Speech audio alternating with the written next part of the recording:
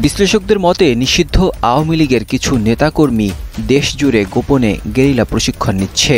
আওয়ামী লীগ ঢাকাতে, বিশেষ করে ঢাকাতে ট্রেনিং করছে, আওয়ামী লীগের কর্মীদের ট্রেনিং করানো হচ্ছে, এর সঙ্গে একজন মেজর জড়িত, এইরকম খবরে ছয়লাভ হয়ে গেছে মিডিয়া। আপনারা সবাই মেজর সাদেকের কেসটা দেখেছেন, সেনাবাহিনী এখন এটা নিয়ে ইনভেস্টিগেট করতেছে। বাট যেটা হয়, এটার সাথে সবাই জানে যে এটার সাথে অ্যাকচুয়ালি চেইন অফ কমান্ডের একটা বড় অংশ জড়িত। এর মধ্যে আবার গতকালকে আমাকে কয়েকজন ইনবক্স করেছেন। অনেকে আমাকে বলেন যে ভাই আপনি কিছু বলেন না কেন, এই যে বাংলাদেশে আওয়ামী লীগ দখল করে নিতে চায়, 5ই আগস্ট হাসিনা পলায়নের 1 বছর পূর্তির ওই 5ই আগস্ট আবার হাসিনা ফিরে আসবে, আবার সরকার গঠন করবে, প্রশিক্ষণ দিচ্ছে, মেজর সাদিক ধরা পড়ছে, তার বউ নাকি আবার এসপি, সেও ধরা পড়ছে। আসসালামু আলাইকুম ওয়া রাহমাতুল্লাহি ওয়া বারাকাতুহু। দেশ জুড়ে ভয়াবহ সব ষড়যন্ত্র চলছে। শেখ হাসিনাকে ফিরিয়ে আনার আবারও ভয়ানক পরিকল্পনা এটেছে আওয়ামী কর্মীরা। প্রিয় দর্শক শ্রোতা মণ্ডলী, মেজর সাদিক ইস্যু এখন রাজনীতিতে এক আলোচিত নাম রীতিমতো বলা যায়। প্রিয় দর্শক শ্রোতা মণ্ডলী, আজকে সারাদিন জুড়ে রাজনীতি অঙ্গনে একটা ভয় ভীতি, একটা আতঙ্ক কাজ করছিল একটি সংবাদকে নিয়ে। সংবাদটি হচ্ছে আওয়ামী কর্মীদের নাকি সামরিক প্রশিক্ষণ দেওয়া হচ্ছিল। প্রিয় দর্শক শ্রোতা মণ্ডলী, আওয়ামী কর্মীদের প্রস্তুতি নিতে বলা হয়েছে এবং প্রস্তুত করা হচ্ছিল একটা লড়াইয়ের জন্য। তাদেরকে সামরিক প্রশিক্ষণ দেওয়া হচ্ছিল এবং প্রশিক্ষণের পিছনে অন্যতম যার ভূমিকা ছিল, যার পরিকল্পনা ছিল, সে হচ্ছে মেজর সাদিক। আসলে কি তাই? এই মেজর সাদিককে নিয়ে এত আলোচনাই বা কেন হচ্ছে, কি ঘটেছে আমরা সেটা দেখব। আমরা দেখে আসি, চলুন কথা না বাড়িয়ে আর দেরি না করে শেখ হাসিনাকে ফেরানোর কি ভয়ানক পরিকল্পনা পায়তারা করা হচ্ছিল। প্রিয় দর্শক শ্রোতা মণ্ডলী, আপনারা জানাবেন আপনাদের মূল্যবান মতামত, ভিডিওটা বেশি বেশি শেয়ার করবেন। আর দেরি না করে আমরা এই মুহূর্তে দেখে আসব পুরো বিস্তারিত বিষয়টি। রাজধানীর বসুন্ধরা আবাসিক এলাকার সংলগ্ন একটি কনভেনশন সেন্টারে গোপন বৈঠক ঘিরে কার্যক্রম নিষিদ্ধ থাকা আওয়ামী লীগ, নিষিদ্ধ ছাত্রলীগ সহ অন্যান্য সহযোগী সংগঠনের 22 জন নেতা কর্মীকে গ্রেপ্তার করেছে পুলিশ। এদিকে বৃহস্পতিবার সেরা সদরের ব্রিফিংয়ে সাংবাদিকদের প্রশ্নের জবাবে জানানো হয়, ওই বৈঠক সংশ্লিষ্টতার অভিযোগে ওঠা মেজর সাদিকুল হক ওরফে মেজর সাদিককে সেনা হেফাজতে নিয়ে জিজ্ঞাসাবাদ করা হচ্ছে। মামলাটি তদন্ত করছে গোয়েন্দা পুলিশ। Masuma Lisa report. গত 8 জুলাই বসুন্ধরা সংলগ্ন কেবি কনভেনশন সেন্টারে নিষিদ্ধ ছাত্রলীগ একটি গোপন বৈঠক করে। সকাল 10টা থেকে সন্ধ্যা পর্যন্ত বৈঠকে নিষিদ্ধ ছাত্রলীগ, আওয়ামী লীগ ও অবসরপ্রাপ্ত সরকারি কর্মচারীরা মিলে 300 থেকে 400 জন অংশ নেন। তারা সেখানে সরকার বিরোধী স্লোগান দেন। বৈঠকে পরিকল্পনা করা হয়, সাবেক প্রধানমন্ত্রী শেখ হাসিনার নির্দেশ পাওয়ার পর সারা দেশ থেকে লোকজন এসে ঢাকায় সমবেত হবেন। তারা ঢাকার শাহবাগ মোড় দখল করে দেশে অস্থিতিশীল পরিস্থিতি এবং জনগণের মধ্যে আতঙ্ক সৃষ্টি করে দেশে শেখ হাসিনার প্রত্যাবর্তন নিশ্চিত করবেন। এই ঘটনায় রাজধানীর ভাটারা থানায় একটি মামলা করেছে পুলিশ। এখন পর্যন্ত গ্রেফতার করা হয়েছে 22 জনকে। তারা কারাগারে আছেন। পুলিশ বলছে গ্রেফতার হওয়ারা প্রিয় স্বদেশ, F71 গেরিলা, বঙ্গবন্ধু প্রজন্ম, প্রজন্ম 71, শেখ হাসিনা সহ বিভিন্ন হোয়াটসঅ্যাপ গ্রুপের সদস্য। পুলিশ জানিয়েছে, গোয়েন্দা সংস্থার প্রতিবেদনের ভিত্তিতে 12 জুলাই উত্তরা পশ্চিম থানা এলাকার একটি বাসা থেকে যুবলীগ নেতা সোহেল রানাকে গ্রেফতার করা হয়। ওই দিন একই এলাকার একটি বাসা থেকে আওয়ামী লীগের নেত্রী শামীমা নাসরিনকে গ্রেফতার করা হয়। সোহেল রানা ও শম্পাকে মুখোমুখি জিজ্ঞাসাবাদ করে তথ্য যাচাই করা হয়। তাদের কাছ থেকে পাওয়া তথ্যের ভিত্তিতে ওই বৈঠকে অংশ নেওয়া মেজর সাদিকুল হক ওরফে মেজর সাদিককে হেফাজতে নেওয়া হয়। 8 তারিখের এই বসুন্ধরা কেবি কনভেনশন হলে 8 তারিখে আওয়ামী লীগ ও ছাত্রলীগের এই নিষিদ্ধ সংগঠিত দলের 400-500 নেতাকর্মী এক জায়গা হয়ে রাষ্ট্রের বিরুদ্ধে ষড়যন্ত্র করতে একটা খবর পাই। আমরা জানতে পারি, আমরা 12 তারিখের দিকে জানতে পারি। তবে আমরা আমাদের সাব ইন্সপেক্টর বাদী হয়ে মামলা দিলে আমরা এখানে 13 তারিখে মামলা রুজু করি এবং 2 জন আসামি গ্রেপ্তার করি। পুলিশ বলছে, যুবলীগ নেতা সোহেল রানা এবং গোপালগঞ্জের আওয়ামী লীগ নেত্রী শামীমা নাসরিন জিজ্ঞাসাবাদে জানিয়েছেন, মেজর সাদিকের নির্দেশে দেশের বিভিন্ন স্থান থেকে আওয়ামী লীগ কর্মীদের সংগঠিত করে বিভিন্ন স্থানে নাশকতা চালানোর প্রশিক্ষণ দেওয়ার জন্য বসুন্ধরা আবাসিক এলাকার ই ব্লকের 7 নম্বর রোডের কেবি কনভেনশন সেন্টারের 2য় তলা ভাড়া নেওয়া হয়। মামলাটা ডিবিতে হস্তান্তর হলে আমরা যাবতীয় কার্যক্রম শেষ করে আমরা ডিভিশন ডকেটটা হস্তান্তর করি। পরবর্তী মামলা তদন্ত ডিবি তদন্ত করতেছে। এ নিয়ে সেনা সদরে ব্রিফিং এ প্রশ্ন করা হলে জানানো হয়, এরকম ঘটনা জানার পরে সেনাবাহিনীর হেফাজতে আছেন মেজর সাদিক। তদন্তে দোষ প্রমাণিত হলে তার বিরুদ্ধে ব্যবস্থা নেওয়া হবে। থার্ড যেটি মেজর সাদিককে নিয়ে আপনারা প্রশ্ন করেছেন, আমাদের নজরে এসছে, যদিও বিষয়টি তদন্তাধীন আছে, তারপরে আমি বলবো যে এরকম একটা ঘটনার কথা জানার পরে আর্মির হেফাজতেই সে আছে এবং তদন্ত চলমান আছে। তদন্তে তার দোষ প্রমাণিত হলে নিঃসন্দেহে সেনাবাহিনী প্রচলিত নিয়ম অনুযায়ী তার বিরুদ্ধে ব্যবস্থা গ্রহণ করবে। মাসুম আলিসা, 21 টেলিভিশন। আওয়ামী লীগ ঢাকাতে, বিশেষ করে ঢাকাতে জঙ্গি ট্রেনিং করছে। আওয়ামী লীগের কর্মীদের ট্রেনিং করানো হচ্ছে, এর সঙ্গে একজন মেজর জড়িত।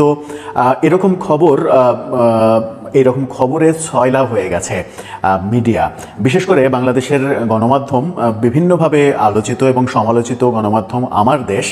মাঝখানে আওয়ামী লীগ সরকারের আমলে যে পত্রিকাটাকে বন্ধ করে রাখা হয়েছিল, আমার দেশের সম্পাদক মাহমুদুর রহমান, তিনি বিএনপির বুদ্ধিজীবী, বিএনপিপন্থী বুদ্ধিজীবী হিসেবে পরিচিতি ছিল তার। প্রফেসর ইউনূসের সরকার আসার পরে বিএনপির লোকজনও তাকে ডিজোন করতে শুরু করে। দেখা যায় যে বিএনপির বিরোধী যারা রয়েছে এই মুহূর্তে রাজনীতিতে, তাদের বিভিন্ন পারপাস সার্ভ করার অভিযোগও তার বিরুদ্ধে অনেকে করার চেষ্টা করেন। সেই আমার দেশে যে রিপোর্ট, সেই আমার দেশের রিপোর্টটা রীতিমতো ভাইরাল হয়েছে এবং আমার দেশের দাবি যে তাদের রিপোর্টের ভিত্তিতেই পুলিশের রেড অ্যালার্ট জারির ঘটনাটা ঘটেছে। আওয়ামী লীগ কি তাহলে সত্যি জঙ্গি ট্রেনিং নিচ্ছে? আওয়ামী লীগ জঙ্গি ট্রেনিং কেন নিবে সেটাও একটা বড় বিষয়। আওয়ামী লীগকে জঙ্গি সংগঠন যে জঙ্গি ট্রেনিং নিবে, অনেক কিছুই হতে পারে, কারণ রাজনীতিতে, বাংলাদেশের রাজনীতিতে তো আসলে শেষ বলে কিছু নেই, অনেক কিছু হতেই পারে। কিন্তু আমার দেশ যে সকল সোর্স থেকে তথ্যগুলো বলছে, সেই সকল সোর্সগুলো কতটা অথেন্টিক, কতটা গ্রহণযোগ্য, কিংবা আওয়ামী লীগের এই ধরনের ট্রেনিং নেওয়ার বাস্তবতা কতটা, সেটা একটু আলোচনার মাধ্যমে বোঝার চেষ্টা করবো এই ভিডিওতে। বলছিলাম, আওয়ামী লীগ ট্রেনিং নিচ্ছে, জঙ্গি ট্রেনিং নিচ্ছে। তাদের ট্রেনিং দেওয়া হচ্ছে ঢাকার একাধিক কনভেনশন হলে। সেই ট্রেনিংয়ের ঘটনাটা ঘটেছে ভাটারা থানা এলাকা এবং বসুন্ধরা আবাসিক এলাকায়।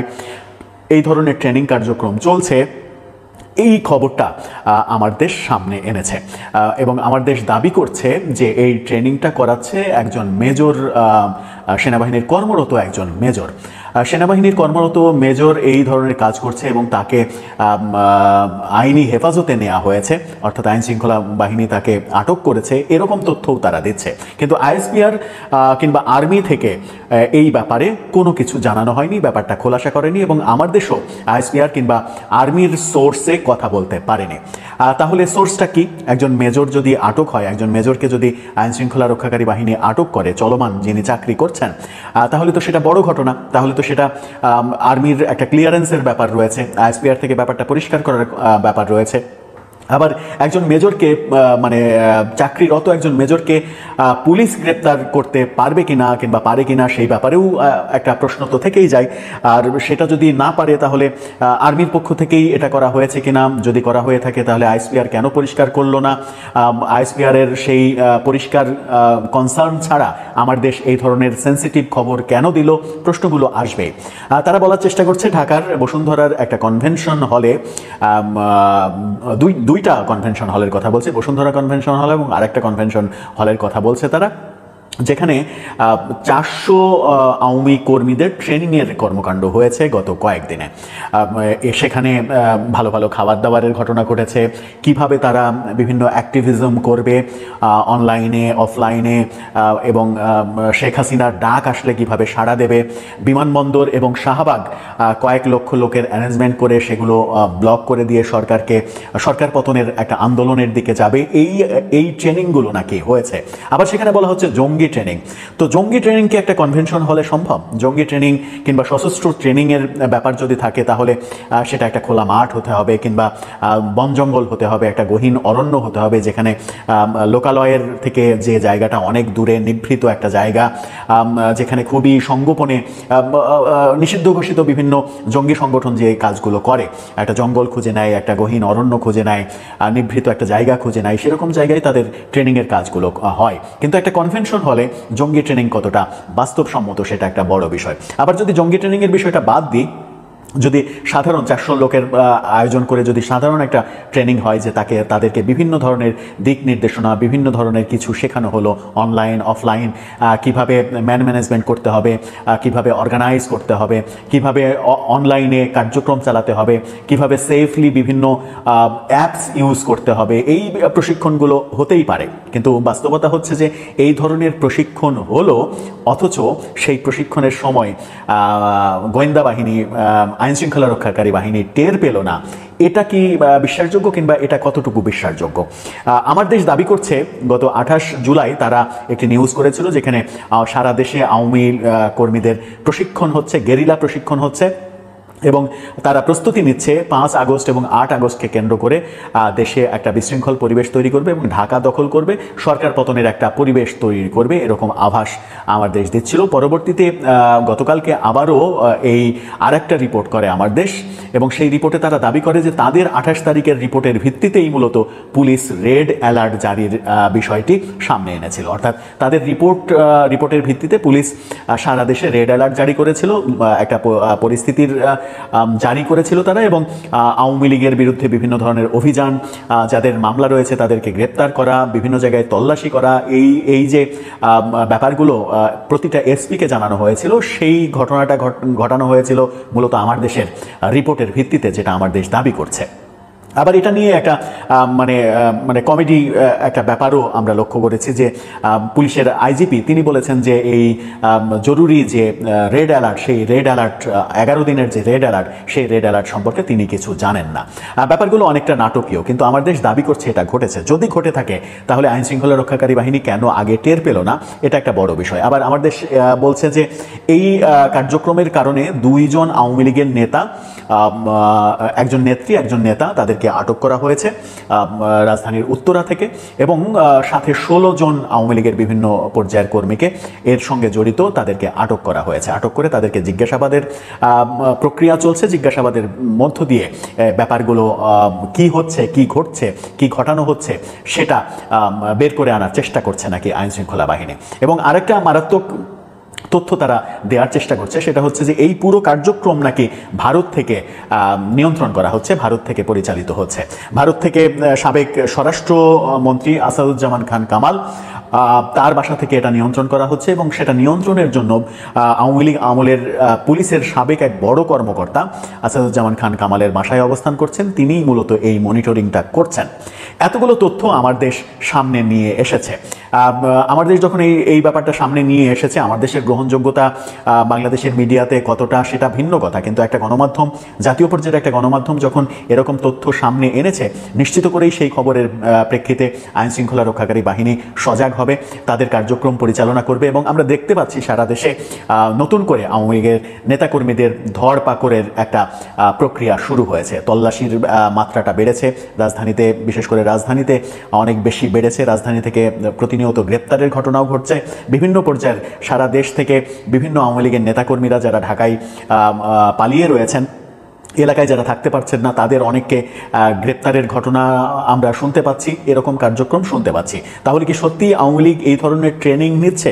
আর এই ট্রেনিং নিয়ে ধরে নেওয়া যাক যে 400 জন মানুষকে ট্রেনিং দেওয়া হলো। এই 400 জন মানুষকে একটা কনভেনশন হলে কি এমন ট্রেনিং দেওয়া হবে? খুব বেশি হলে মগজের দ্বার হয়তো একটু খুলে দেওয়া হবে। তারা কি এমন ভূমিকা পালন করতে পারবে, সেটাও একটা বড় প্রশ্ন। যদিও বিভিন্নভাবে আলোচনা হচ্ছে যে 5 আগস্ট থেকে 8 আগস্ট এই 3-4 দিন খুবই ক্রুশিয়াল টাইম। এই 3-4 দিনকে কেন্দ্র করে আওয়ামী লীগ এক ধরনের প্রস্তুতি নিতেই পারে, এক ধরনের প্রস্তুতি তারা রাখতেই পারে।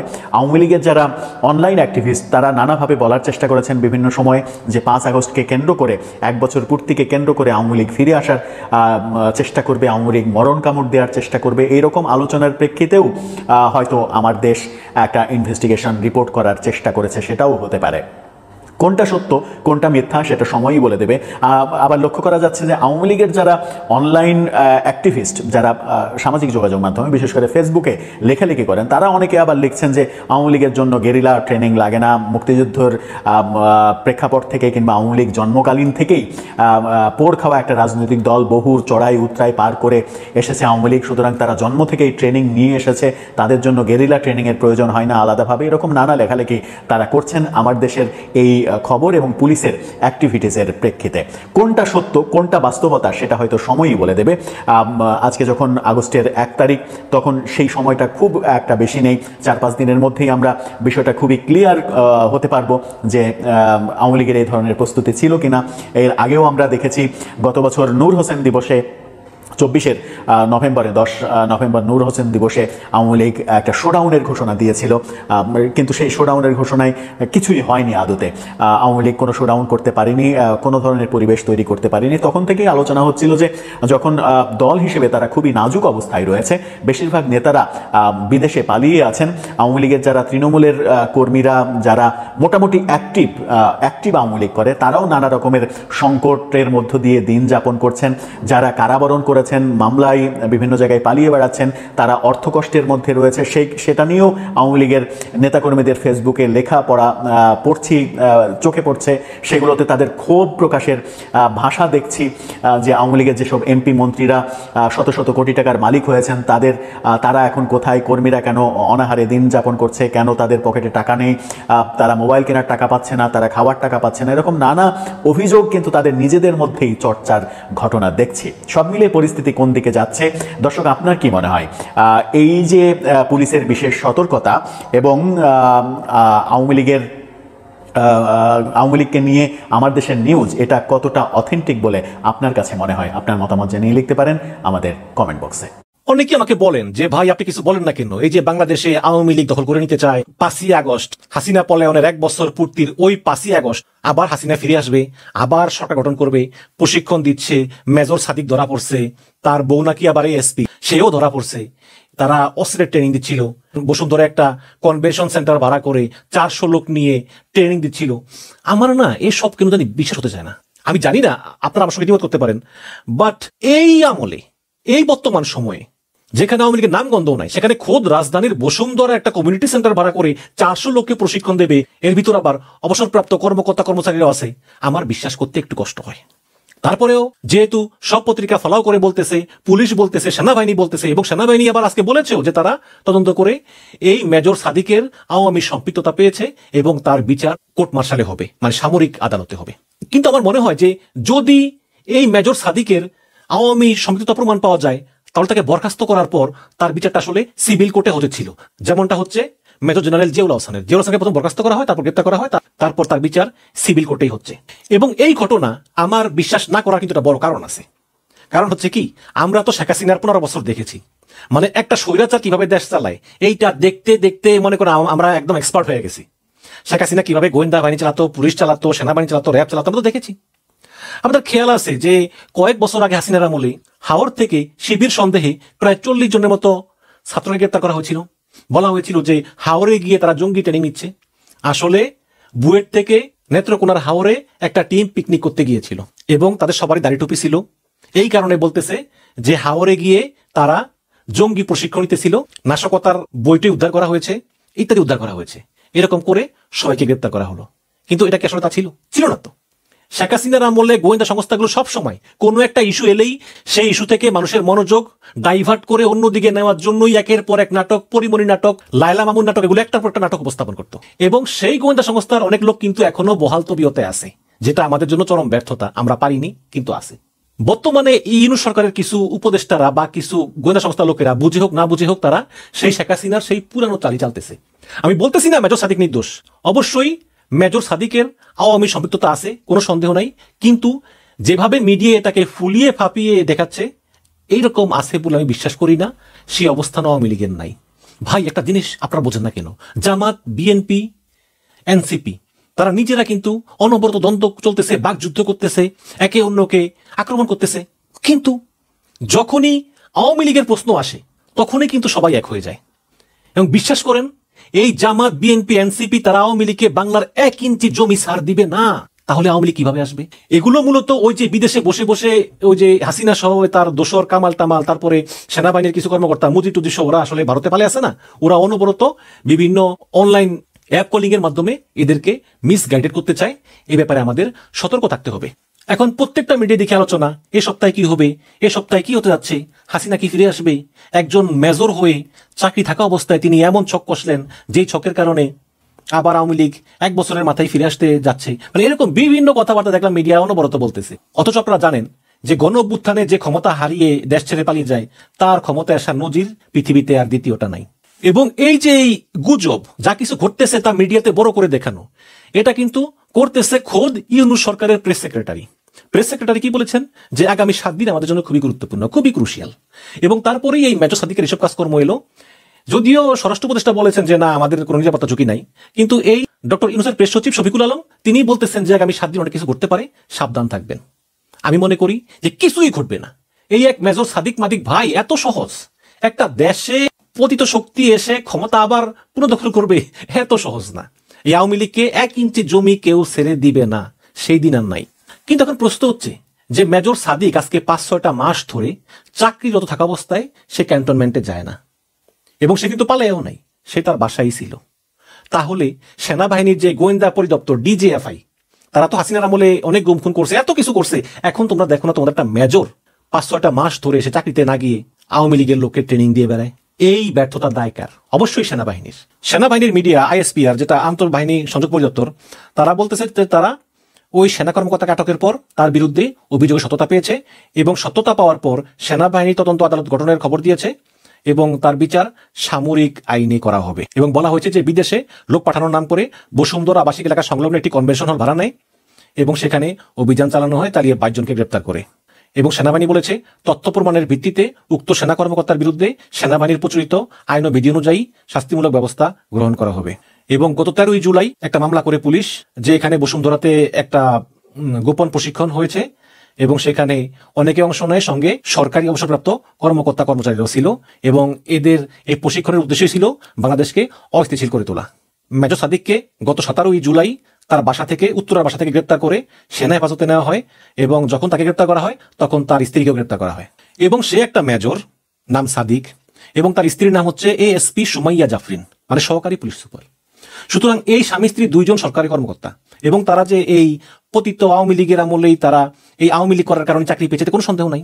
তাহলে এই 2 জন স্বামী স্ত্রী, একজন পুলিশের বড় কর্মকর্তা, একজন সেনাবাহিনীর মেজর, তারা এই যে ঢাকা শহরের বুকে উত্তরার মতো জায়গায় বসে তারা চক্রান্ত করলো, বসুন্ধরা ট্রেনিং করলো, এটা কি গোয়েন্দা সংস্থার ব্যর্থতা নয়? এটা কি বাংলাদেশ সেনাবাহিনীর ব্যর্থতা নয়? সে এতদিন কোথায় ছিল? তাকে কি জবাবদিহি করা হয়েছিল যে তুমি চাকরিতে আসো না কেন?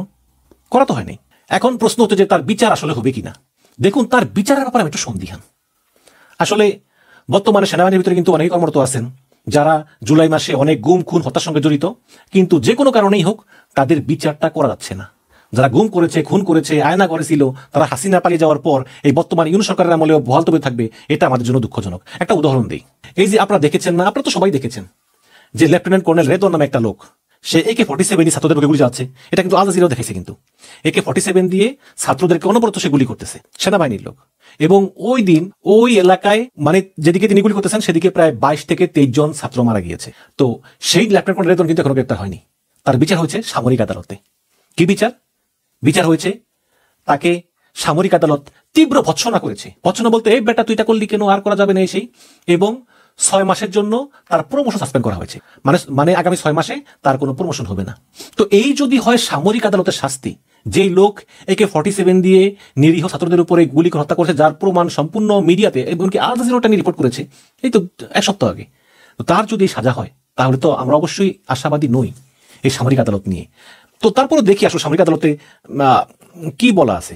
বলা আছে যে র্যাঙ্কের ভিত্তিতে কোর্ট গঠন করা হয়, এবং সেখানে আসামির পক্ষে একজন কর্মকর্তা ডিফেন্ডিং অফিসার হিসাবে কথা বলার সুযোগ পায়, এবং উভয় পক্ষের এই যুক্তিতর্কের রেকর্ডও রাখা হয়। এবং রায় দেওয়ার পর যদি আসামির কোনো আপত্তি থাকে তাহলে ঊর্ধ্বতন কর্তৃপক্ষের কাছে তিনি আপিল করতে পারেন। কিন্তু এই মামলা সিভিল কোর্টে লড়া যায় না। ক্ষেত্র বিশেষে কোর্ট মার্শাল কাউকে মৃত্যুদণ্ড দিলেও দিতে পারে, যাবজ্জীবন দিতে পারে, 3 মাসের কারাদণ্ড, অথবা শুধুমাত্র চাকরি থেকে বহিষ্কার করা যায় মনে করতে পারে। এটা নির্ভর করবে অপরাধের ধরন এবং মাত্রা হিসাবে। তো আমরাও দেখি আসলে কি বিচার হয়। একজন সেনাবাহিনীর মেজর হয়ে যিনি সেই পলাতক লীগের সঙ্গে যোগসাজশ করে ঢাকা শহরের মতো জায়গায় এই সময়ে, যেখানে এখন 1 বছরও শেষ হয় না এই গণহত্যা, হাসিনা গণহত্যার, এই সময় সে ট্রেনিং দিবে, এগুলো করবে, এগুলো মেনে নেওয়া যায় না। তার দ্রুত বিচার হবে। বাট এটাকে যেভাবে পত্রিকাতে বা বিভিন্ন মিডিয়াতে হাইলাইটস করা হচ্ছে, বা শফিকুল আলম বলতেছেন সজাগ থাকতে হবে, মানে কি ঘটে যাবে, বিভিন্ন মিডিয়াতে আমি দেখতেছি মানে তারা বেশি ভিউ পাওয়ার জন্য বলতেছে কি ঘটবে আগামী 7 দিন, কি ঘটতে যাচ্ছে আগস্ট মাসে, কি ঘটতে যাচ্ছে 1 আগস্ট, আবার কি আওয়ামী লীগ ফিরে আসবে, এই ধরনের বিভিন্ন উদ্ভট কথাবার্তা বলে। আপনারা সবাই মেজর সাদেকের কেসটা দেখেছেন। সেনাবাহিনী এখন এটা নিয়ে ইনভেস্টিগেট করতেছে, অল গুড। বাট যেটা হয় এটার সাথে সবাই জানে যে এটার সাথে অ্যাকচুয়ালি চেইন অফ কমান্ডের একটা বড় অংশ জড়িত। এর মধ্যে আবার গতকালকে আমাকে কয়েকজন ইনবক্স করেছেন যে মেজর সাদেকের যে শাশুড়ি retired major general Jahangir Harun sir, ইসলাম কোর্সের জাহাঙ্গীর ভাবি একটা পোস্ট দিয়েছে, তাতে এক্সপ্লেন করেছে যে কিভাবে কত সিরিয়াস সিক তার জামাই। হতেই পারে হয়তো একটু সিকনেস থাকতেও পারে, কিন্তু 198 দিন ধরে সিকনেস এটা হওয়ার সম্ভাবনা নেই। এটার সপক্ষে ঢাকার অনেকগুলো নাম করা মেডিকেল কলেজ হাসপাতালের নাকি সার্টিফিকেট বা এই ধরনের কিছু হয়েছে। আমি শুধু এইটুকু বলবো, যারা হসপিটালে আছেন সার্টিফিকেট যারা দিচ্ছেন, হয়তো বা এখন ভাবতে পারেন যে জেনারেল ওয়াকারের প্রভাবে বা তার যেহেতু মেজর জেনারেল জাহাঙ্গীর হারুনের প্রভাবে আপনারা এটাকে আটকাতে পারবেন, বাট বেশি দিন পারবেন না। এটা যদি আটকানো, বেশি দিন পারবেন না আটকাতে। সো আপনারা এই ব্যাপারে সিরিয়াস থাকুন। আপনারা দয়া করে ফেক মেডিকেল ডকুমেন্ট বানায়েন না। অ্যাট দ্য এন্ড যারা ইনভেস্টিগেশনটা করছে তাদেরকে অনুরোধ করব যে বাংলাদেশ আর্মিকে আর লাফিং স্টক বানায়েন না। এটার অ্যাকচুয়ালি অনগ্রাউন্ডে যেটা হয়েছে, ইনভেস্টিগেট করে যেটা রিপোর্ট পেয়েছে, এবং প্রাথমিকভাবে সেনাবাহিনীর ইয়াতে একটা রিপোর্ট দেখলাম যে সেনাবাহিনী প্রাথমিকভাবে সত্যতা পেয়েছে। সো এটাকে দয়া করে পেঁচায়েন না কাইন্ডলি, কারণ এটা এট দ্য এন্ড মানে আপনারা নিজেরা সবাই জানেন, যখন আমি পোস্টটা করেছিলাম তখন চতুর থেকে আমার যারা সকল বিশ্বস্ত সবাই আমাকে কঠিনভাবে কনভিন্স করার চেষ্টা করছে I am losing my reputation, এরকম একটা ফেক নিউজ শেয়ার দিয়ে।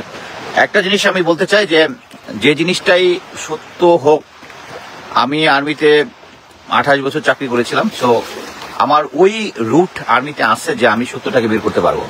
সো এই সাদেকের ইস্যুতে আপনারা দয়া করে কোনো চতুরতার আশ্রয় নিয়েন না। এখানে এটা একটা দেশদ্রোহিতার গল্প। সে সেনাবাহিনীর সার্ভিং অফিসার হিসেবে আপনি ওই স্টোরিটা যতই করেন যে কি বলে সে শিখ ছিল আগে থেকে ইয়াতে আসছিল, বাট আপনি ওইটা প্রমাণ করতে পারবেন না যে সে আসলে ট্রেনিং নেয় নাই, কারণ দেয়ার আর মাল্টিপল উইটনেসেস। এবং আমি আশা করি পুলিশ এ ব্যাপারে কাজ করছে, পুলিশ কাজ ঠিক মতোই করছে, এবং তারা অলরেডি মেজর সাদেকের সাথে কথা বলতে চেয়েছে, যেটা আমি জেনেছি। সো আমি একটা অনুরোধ করবো, সেনাবাহিনী যারা ইনভেস্টিগেশন করছেন তারা দয়া করে আর্মির যে রিপুটেশন যেটা আছে, পুরোনো রিপুটেশন যেটা আছে, এটাকে ফেরত নিয়ে আসার ব্যবস্থা করুন। আপনারা কোনো রক্তচক্ষু বা কারো প্রভাবে প্রভাবিত হবেন না। যারা মেডিকেল কলেজ বা হাসপাতালে আছেন তারা প্রভাবিত হয়ে কোনো মানে ভুল মেডিকেল রিপোর্ট দেবেন না। এটাই। Thank you very much. এটাই আমার বক্তব্য শেষ। আমি কোথায় এসেছি একটু দেখাই।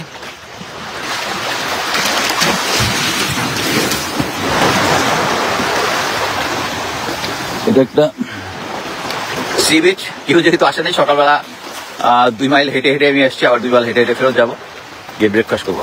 সবার জন্য শুভকামনা। আল্লাহ হাফেজ। সুপ্রিয় দর্শক শ্রোতা মণ্ডলী, আপনারা দেখতে পারলেন মেজর সাদিক, এক আলোচিত নাম। প্রিয় দর্শক শ্রোতা মণ্ডলী, আওয়ামী কর্মীদের যদি সত্যিকার অর্থেই সামরিক প্রশিক্ষণ দেওয়ার পরিকল্পনা করা হয় কিংবা দেওয়া হয়, তাহলে কি ঘটবে একবার চিন্তা করে দেখেন। একবার কি ভাবতে পেরেছেন দেশের অবস্থা, পরিণতি কি করবে আওয়ামী কর্মীরা? আমি বলবো, এই আওয়ামী কর্মীদের যারা সামরিক প্রশিক্ষণ দেওয়ার সিদ্ধান্ত নিয়েছেন বা যারা সামরিক প্রশিক্ষণ দেওয়ার চেষ্টা করছেন, তাদেরকে যেন দ্রুত আইনের আওতায় এনে কঠোরতম শাস্তি প্রদান করা হয়। এদের লাগাম এখনই টেনে ধরা হোক, না হলে আওয়ামী কর্মীদের সামরিক প্রশিক্ষণ দিলে হাসিনা যদি আবারও বাংলাদেশের মাটিতে ফিরতে পারে, তাহলে একটাকেবার আস্ত রাখবে না। যে বিপ্লবীরা রাজপথে আন্দোলন করেছিল তাদেরকেও তো আর রাখবে না। এটা তো বোঝাই যায়। কত মায়ের বুক খালি করবে আন্দাজ করতে পারেন? প্রিয় দর্শক শ্রোতা মণ্ডলী, আপনারা জানাবেন আপনাদের মূল্যবান মতামত, অপিনিয়নটা কে বলতে চান এই টপিকে, এই বিষয়ে। ভালো থাকবেন, সুস্থ থাকবেন। ভিডিওটা শেয়ার করবেন বন্ধুবান্ধবের কাছে, সকলের কাছে ছড়িয়ে দিবেন। শেখ হাসিনাকে ফেরানোর কি ভয়াবহ ট্রেনিং করানো হচ্ছিল আওয়ামী লীগ কর্মীদের। মেজর আটক, কি ঘটতে যাচ্ছে আসলে দেশে। খোদ প্রধান উপদেষ্টায় আতঙ্কে রয়েছে এখন এ সমস্ত কর্মকাণ্ডে। ভালো থাকবেন, আল্লাহ হাফেজ।